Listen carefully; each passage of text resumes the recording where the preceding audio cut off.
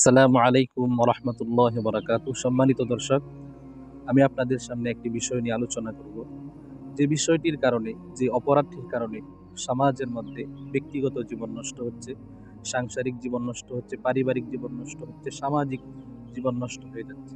সে বিষয়টি হলো পরকীয়া করা। এই পরকীয়া সম্পর্কে কুরআনুল কারীমের মধ্যে এবং হাদিস শরীফের মধ্যে অনেক হুমকি এবং সতর্ক বার্তা কিন্তু আল্লাহ সুবহানাহু ওয়া তাআলা আমাদেরকে দিয়েছেন। আসুন আমরা পরকীয়ার কয়েকটি কারণ জেনে নিই। পরকীয়ার প্রধান অন্যতম একটি কারণ হলো ইসলামী শিক্ষার অভাব। আমরা যদি ইসলামকে জানতাম, কারণ ইসলাম এই মানব জাতিকে তার চরিত্র হেফাজত করার জন্য নির্দেশ দিয়েছে। আমরা যদি দেখি বুখারী শরীফের 5063 নম্বর হাদিসের মধ্যে নবীজি সাল্লাল্লাহু আলাইহি ওয়াসাল্লাম বলেন, ইয়া মা'শারাশ শাবাব, হে যুবক সম্প্রদায়, তোমরা বিয়ে করো।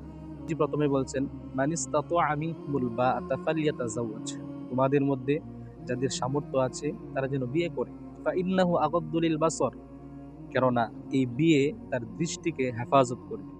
ওয়া আহসানু লিল ফারজি, এবং তার লজ্জাস্থানকে হেফাজত করবে। ওয়া মান লাম ইস্তাতি' ফা আলাইহি বিস-সাওম, এবং যাদের বিয়ে করার সামর্থ্য নেই তারা যেন সাওয়াম রাখে। ফা ইন্নাহু লাহু বিজা, কেননা এই সাওয়াম তার যৌনতাকে দমন করবে। এবং বিবাহ বহির্ভূত যত সম্পর্ক রয়েছে, সমস্ত সম্পর্ক আল্লাহ তাআলা কোরআনের মধ্যে হারাম ঘোষণা করেছেন। আমরা যদি দেখি সূরা বানী ইসরাঈলের ৩২ নম্বর আয়াতে আল্লাহ সুবহানাহু ওয়া তাআলা বলেন, ওয়ালা তাকরাবুজ জিনা ইন্নাহু কানা ফাহিশা, তোমরা জিনার নিকটবর্তী হইও না।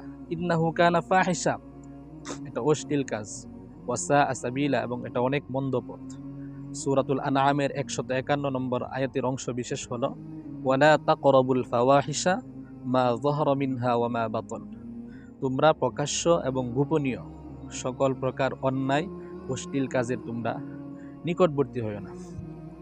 এরপরেও আল্লাহ সুবহানাহু ওয়া তাআলা আরও কোরআনুল কারীমের মধ্যে অবিবাহিত যদি কেউ অবৈধ সম্পর্ক, হারাম সম্পর্কে জড়িয়ে জিনাহের কাজ করে, এই সম্পর্কে আল্লাহ তাআলা বলছেন সূরা নূরের ২ নম্বর আয়াতে বলছেন, আয-যানিয়াতু ওয়াজ-যানি ফাজলিদু কুল্লা ওয়াহিদিম মিনহুমা মিআতা জালদা, বেবিচারিণী এবং বেবিচারী তাদের প্রত্যেককেই তোমরা ১০০ করে বেত্রাঘাত করো। যদি বিবাহিত হয় এবং সে যদি পরকীয়া করে, কোনো পুরুষ হোক অথবা নারী হোক। বুখারী শরীফের ৬৮১৫ নম্বর হাদিসের মধ্যে এসেছে, নবীজি সাল্লাল্লাহু আলাইহি ওয়াসাল্লাম একদিন মসজিদে বসা ছিলেন। এমতো অবস্থায় একজন ব্যক্তি আসলো, আসার পরে বলল, ইয়া রাসূলুল্লাহ ইন্নী জানাইতু, হে আল্লাহর রাসূল, আমি জিনা করেছি। ফাআরাদু আনহু, নবীজি তাৎক্ষণিকভাবে তার প্রতি রাগান্বিত হয়ে তার থেকে চেহারা ফিরিয়ে নিলেন। এরপরে নবীজি সাল্লাল্লাহু আলাইহি ওয়াসাল্লামকে তিনি ওই লোকটি ৪ বার বললেন যে আমি জিনা করেছি। এরপরে নবীজি তাকে বললেন, আবিকা মাজনুনুন, তোমার মধ্যে কি পাগলামির দোষ রয়েছে? ওই ব্যক্তি বলল, না। এরপরে নবীজি বললেন, তুমি কি বিবাহিত? এরপরে ওই ব্যক্তি বলল, হ্যাঁ। তখন নবীজি সাল্লাল্লাহু আলাইহি ওয়াসাল্লাম সাহাবায়ে কেরামদেরকে বললেন, ইযহাবু বিহি ফারজুমুহু, তাকে নিয়ে যাও এবং তাকে পাথর মেরে হত্যা করো। নাউজুবিল্লাহ। এজন্য আমরা যদি দেখি কোরআন এবং হাদিসের মধ্যে এই পরকীয়া সম্পর্কে, এর ভয়াবহতা সম্পর্কে আল্লাহ তাআলা এবং নবী করিম সাল্লাল্লাহু আলাইহি ওয়াসাল্লাম অনেক সতর্ক বার্তা দিয়েছেন।